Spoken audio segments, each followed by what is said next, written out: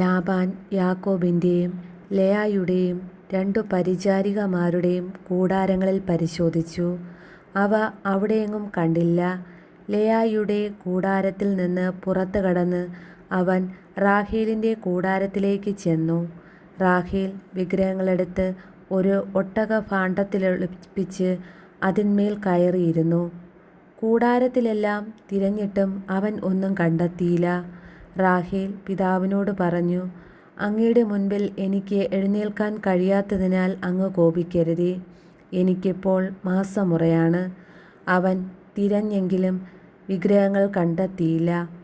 അപ്പോൾ രോഷാകുലനായ യാക്കോബ് ലാബാനോട് കയർത്തു. അവൻ ചോദിച്ചു, എൻ്റെ പേരിലുള്ള കുറ്റം എന്താണ്? ഇത്ര ആവേശത്തോടെ എൻ്റെ പിന്നാലെ പാഞ്ഞു വരാൻ എന്തു തെറ്റാണ് ഞാൻ ചെയ്തത്? എൻ്റെ സാധനങ്ങളൊക്കെ പരിശോധിച്ചില്ലേ?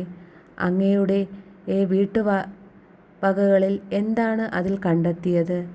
അങ്ങയുടെയും എൻ്റെയും സഹോദരങ്ങളുടെ മുൻപിൽ അവയൊക്കെ നിരത്തി വയ്ക്കുക. അവർ വിധി പറയട്ടെ. 20 കൊല്ലം ഞാൻ അങ്ങയുടെ കൂടെയായിരുന്നു. അങ്ങയുടെയും ചെമ്മരിയാടുകൾക്കും കോലാടുകൾക്കും ഗർഭഛിദ്രം സംഭവിച്ചിട്ടില്ല. അങ്ങയുടെ മുട്ടാടുകളെ ഞാൻ കൊന്നു തിന്നിട്ടില്ല. കാട്ടുമൃഗങ്ങൾ കടിച്ചു കീറിയവയെ ഞാൻ അങ്ങയുടെ അടുത്ത് കൊണ്ടുവന്നിട്ടില്ല. ആ നഷ്ടം ഞാൻ തന്നെ സഹിച്ചു. രാത്രിയിലോ പകലോ കളവ് പോയവയ്ക്ക് അങ്ങ് എന്നിൽ നിന്ന് നഷ്ടപരിഹാരം ഈടാക്കിയിരുന്നു. അതായിരുന്നു എൻ്റെ സ്ഥിതി. പകൽ ചൂടും രാത്രി തണുപ്പും എന്നെ കാർന്നു തിന്നു.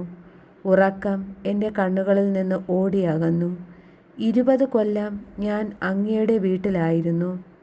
14 കൊല്ലം അങ്ങയുടെ 2 പെൺമക്കൾക്ക് വേണ്ടിയും ഞാൻ വേല ചെയ്തു. 10 തവണ അങ്ങ് എൻ്റെ കൂലിയിൽ മാറ്റം വരുത്തി. എൻ്റെ പിതാവായ അബ്രഹാത്തിൻ്റെ ദൈവവും ഇസഹാക്കിൻ്റെ ഭയവുമായവൻ എൻ്റെ ഭാഗത്തില്ലായിരുന്നെങ്കിൽ അങ്ങ് എന്നെ വെറുക്കുകയോ പറഞ്ഞു വിടുമായിരുന്നു.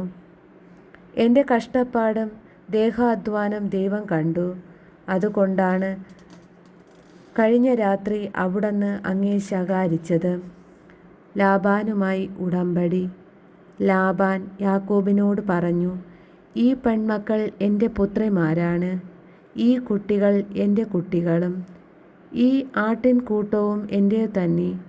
ഈ കാണുന്നതൊക്കെ എൻ്റേതാണ്.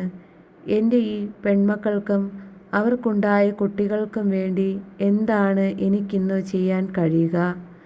നമുക്കൊരു ഉടമ്പടി ഉണ്ടാക്കാം. എനിക്കും നിനക്കും മധ്യേ അതൊരു സാക്ഷ്യമായിരിക്കട്ടെ. അപ്പോൾ യാക്കോബ് ഒരു കല്ലെടുത്ത് തൂണായി കൊത്തി നിർത്തി. കല്ല് പെറുക്കി കൂട്ടുക. യാക്കോബ് തൻ്റെ ചാർച്ചക്കാരോട് പറഞ്ഞു. അവർ കല്ലെടുത്തൊരു കൂമ്പാരം കൂട്ടി. ആ കൂമ്പാരത്തിന്മേൽ ഇരുന്ന് അവർ ഭക്ഷണം കഴിച്ചു. ലാബാൻ അതിനെ യോഗർ സഹദൂത്ത എന്ന് വിളിച്ചു. യാക്കോബ് അതിനെ ഗലേദ് എന്നും. ഈ കൽക്കൂമ്പാരം എനിക്കും നിനക്കും മധ്യേ സാക്ഷ്യമായിരിക്കും എന്ന് ലാബാൻ പറഞ്ഞു. അതുകൊണ്ടാണ് ഗലേദ് എന്ന് അതിന് പേര് ലഭിച്ചത്. തൂണിന് മിസ്പ എന്ന് പേരിട്ടു. കാരണം ലാബാൻ പറഞ്ഞു, നാം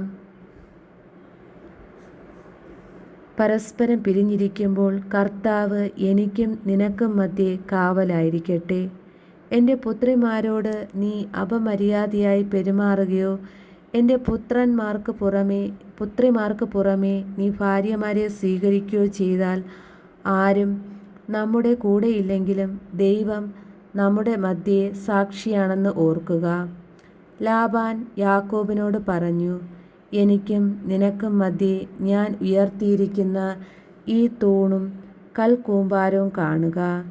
നിന്നെ ഉപദ്രവിക്കാൻ ഈ കൂമ്പാരത്തിനപ്പുറത്തേക്ക് ഞാനും എന്നെ ഉപദ്രവിക്കാൻ ഈ തൂണിനും ഇപ്പുറത്തേക്ക് നീയും കടക്കുകയില്ല എന്നതിന് ഈ കൂമ്പാരവും തൂണും സാക്ഷിയായിരിക്കട്ടെ. അബ്രഹാത്തിൻ്റെയും നാഹോറിൻ്റെയും അവരുടെ പിതാവിൻ്റെയും ദൈവം നമുക്ക് മധ്യേ വിധിയാളനായിരിക്കട്ടെ. യാക്കോബും തൻ്റെ പിതാവായ ഇസഹാക്കും ഭയപ്പെട്ടിരുന്ന ദൈവത്തിൻ്റെ നാമത്തിൽ സത്യം ചെയ്തു. മലമുകളിൽ യാക്കോബ് ബലിയർപ്പിക്കുകയും അപ്പം ഭക്ഷിക്കാൻ തൻ്റെ ചാർച്ചക്കാരെ ക്ഷണിക്കുകയും ചെയ്തു. അവൻ അപ്പം ഭക്ഷിച്ചു. രാത്രി മുഴുവൻ മലമുകളിൽ കഴിച്ചുകൂട്ടി. ലാബാൻ അതിരാവിലെ എഴുന്നേറ്റ് തൻ്റെ മക്കളെയും മക്കളുടെ മക്കളെയും ചുംബിക്കുകയും അനുഗ്രഹിക്കുകയും ചെയ്തിട്ട് വീട്ടിലേക്ക് മടങ്ങി.